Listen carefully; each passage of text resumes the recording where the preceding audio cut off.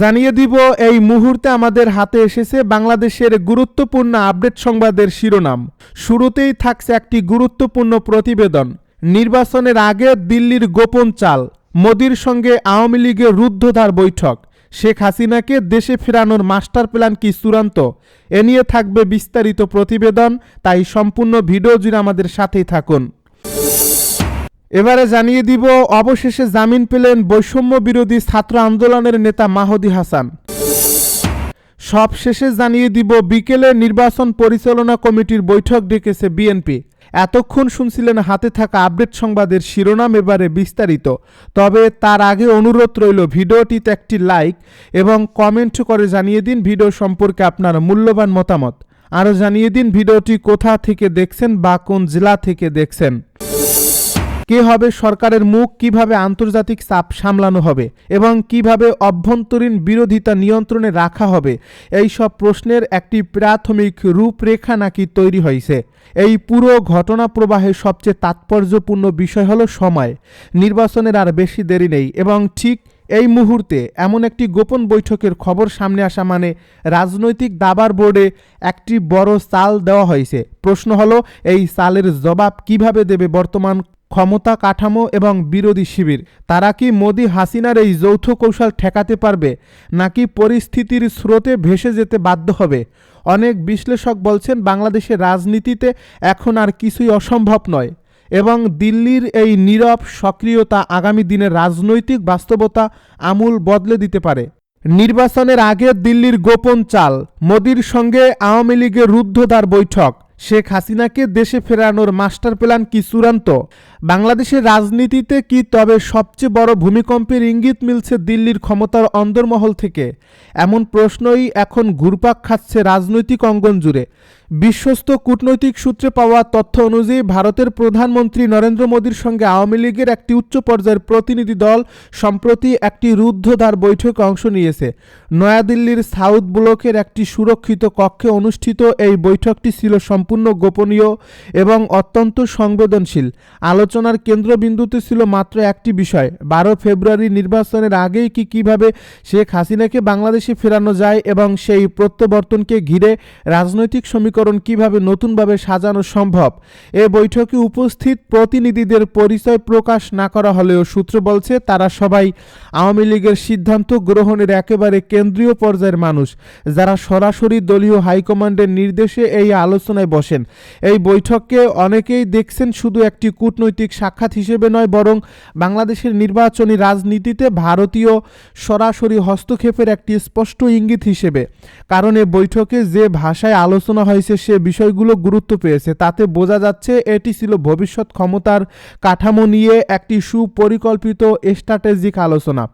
সূত্র জানায়, আওয়ামী লীগ প্রতিনিধি দল ভারতের কাছে স্পষ্টভাবে তুলে ধরে যে শেখ হাসিনাকে বাদ দিয়ে বাংলাদেশের রাজনীতির দীর্ঘমেয়াদ ভারতের নিরাপত্তা ও আঞ্চলিক স্বার্থের জন্য ঝুঁকিপূর্ণ হয়ে উঠতে পারে। সীমান্ত নিরাপত্তা, উত্তর পূর্ব ভারতের স্থিতিশীলতা, চীন ও পাকিস্তানের প্রভাব মোকাবিলা, এই প্রতিটি ইস্যুতে শেখ হাসিনাকে ভারতের সবচেয়ে নির্ভরযোগ্য অংশীদার হিসেবে তুলে ধরা হয় বৈঠকে। ভারতের কূটনৈতিক বিশ্লেষকেরা মনে করছেন, মোদী সরকার বিষয়টি হালকাভাবে নিচ্ছেন না। কারণ দক্ষিণ এশিয়ায় ভারতের প্রভাব ধরে রাখতে বাংলাদেশ একটি কৌশলগত দেশ। আর সেই বাংলাদেশে যদি এমন একটি সরকার আসে যারা দিল্লির সঙ্গে দূরত্ব বাড়ায়, তাহলে তার প্রভাব সরাসরি ভারতের অভ্যন্তরীণ নিরাপত্তায় পড়তে পারে।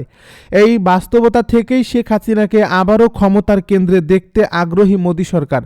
এ বৈঠকে নাকি শেখ হাসিনার দেশে ফেরার জন্য একটি সেফ প্যাসেজ তৈরির বিষয়েও আলোচনা হয়েছে। অর্থাৎ এমন একটি রাজনৈতিক ও কূটনৈতিক পরিবেশ তৈরি করা হবে যাতে তার প্রত্যাবর্তন আন্তর্জাতিকভাবে গ্রহণযোগ্য হয় এবং অভ্যন্তরীণভাবে তা প্রতিরোধ করা কঠিন হয়ে পড়ে। এই মাস্টার প্ল্যান অনুযায়ী নির্বাচনের ঠিক আগ মুহূর্তে শেখ হাসিনার দেশে ফেরা হবে সবচেয়ে কার্যকর চাল।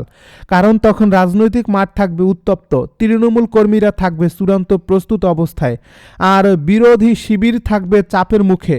আওয়ামী লীগের হাইকমান্ডের ধারণা শেখ হাসিনা দেশে ফিরলেই কয়েক ঘন্টার মধ্যে রাজনৈতিক চিত্র সম্পূর্ণ বদলে যাবে। রাজপথে নেমে আসবে লাখো কর্মী, প্রশাসনের ভেতরে তৈরি হবে নতুন সমীকরণ, আর নির্বাচন নিয়ে তৈরি হওয়া সব প্রশ্ন এক ঝটকায় নতুন দিকে মোড় নেবে। দিল্লির বৈঠকে এই বিষয়টি গুরুত্বের সঙ্গে উপস্থাপন করা হয় যে শেখ হাসিনার ব্যক্তিগত জনপ্রিয়তা এবং তার নেতৃত্বের প্রতীকী শক্তি এখনও বাংলাদেশের রাজনীতিতে অপ্রতিদ্বন্দ্বী। এই গোপন বৈঠকের খবর ফাঁস হওয়ার পর থেকেই ঢাকার রাজনৈতিক অঙ্গনে এক ধরনের থমথমে উত্তেজনা বিরাজ করছে। ডক্টর ইউনূসের নেতৃত্বাধীন বর্তমান সরকার এবং বিএনপির কৌশলবিদরা হিসাব কষতে বসেছেন। যদি সত্যিই শেখ হাসিনা নির্বাচনের আগে দেশে ফিরে আসেন, তাহলে তাদের পরবর্তী পদক্ষেপ কী হবে? সবচেয়ে বড় প্রশ্ন উঠেছে আইনশৃঙ্খলা বাহিনীর ভূমিকা নিয়ে। শেখ হাসিনা দেশে ফিরলে কি তাকে গ্রেপ্তার করার সাহস দেখানো সম্ভব হবে, নাকি জনস্রোতের চাপে সব আইনি প্রক্রিয়া মুখ থুবড়ে পড়বে? রাজনৈতিক বিশ্লেষকেরা বলছেন, বাস্তবতা হলো শেখ হাসিনার প্রত্যাবর্তন মানেই শুধু একজন নেত্রীর ফেরা নয়, বরং একটি পূর্ণাঙ্গ রাজনৈতিক শক্তির পুনরুত্থান। দিল্লির দৃষ্টিকোণ থেকে এই পরিকল্পনা আরও গভীর। ভারতের নীতি নির্ধারক মহলের একটি অংশ মনে করে, বাংলাদেশের আসন্ন নির্বাচন যদি আন্তর্জাতিকভাবে প্রশ্নবিদ্ধ হয় এবং তাতে ভারতের অবস্থান অস্পষ্ট থাকে, তাহলে আঞ্চলিক রাজনীতিতে দিল্লি কৌশলগতভাবে দুর্বল হয়ে পড়বে। শেখ হাসিনাকে সামনে রেখে একটি নিয়ন্ত্রিত রাজনৈতিক রূপান্তর ভারতের জন্য তুলনামূলকভাবে নিরাপদ পথ।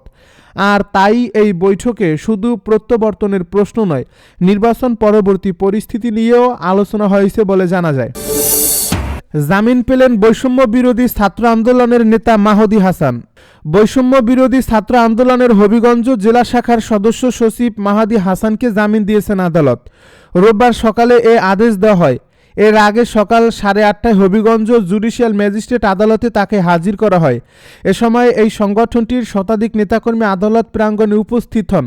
এর আগে শনিবার তাকে গ্রেপ্তার করে গোয়েন্দা পুলিশ। গত শুক্রবার থানায় বসে ভারপ্রাপ্ত কর্মকর্তার সঙ্গে মাহদী হাসানের উত্তপ্ত বাক্য বিনিময়ের একটি ভিডিও সামাজিক যোগাযোগ মাধ্যমে ভাইরাল হয়। আদালতের পুলিশ পরিদর্শক আমিনুল ইসলাম জানান, মাহদী হাসানকে শায়েস্তাগঞ্জ থানার একটি মামলায় গ্রেপ্তার দেখিয়ে আদালতে হাজির করা হয়েছে। এই মামলায় তার বিরুদ্ধে পুলিশের সঙ্গে ঔদ্ধত্যপূর্ণ আচরণ ও সরকারি কাজে বাধা দেওয়ার অভিযোগ আনা হয়েছে। প্রসঙ্গত, গত বৃহস্পতিবার রাতে শায়েস্তাগঞ্জ সদর ইউনিয়ন ছাত্রলীগের সহ সভাপতি এনামুল হাসানকে আটক করে থানায় নিয়ে যায় শায়েস্তাগঞ্জ থানার পুলিশ। পুলিশের অভিযোগ, এনামুল নিষিদ্ধ ঘোষিত ছাত্রলীগের রাজনীতির সঙ্গে সম্পৃক্ত থেকে কার্যক্রম চালিয়ে যাচ্ছিলেন।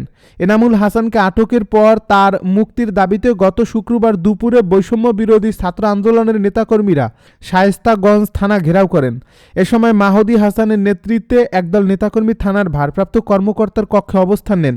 পরবর্তীতে বিষয়টি নিয়ে সামাজিক যোগাযোগ মাধ্যমে শায়েস্তাগঞ্জ থানার ভারপ্রাপ্ত কর্মকর্তার সঙ্গে বৈষম্য বিরোধী ছাত্র আন্দোলনের হবিগঞ্জ জেলা শাখার সাধারণ সম্পাদক মাহদী হাসানের উত্তপ্ত বাক্য বিনিময়ের একটি ভিডিও ভাইরাল হয়, যেখানে নয়নকে সম্মুখ সারির জুলাই যোদ্ধা দাবি করে মিথ্যা ও বিভ্রান্তিকর তথ্যের ভিত্তিতে তাকে আটক করা হয়েছে বলেও দাবি করেন মাহদী হাসান।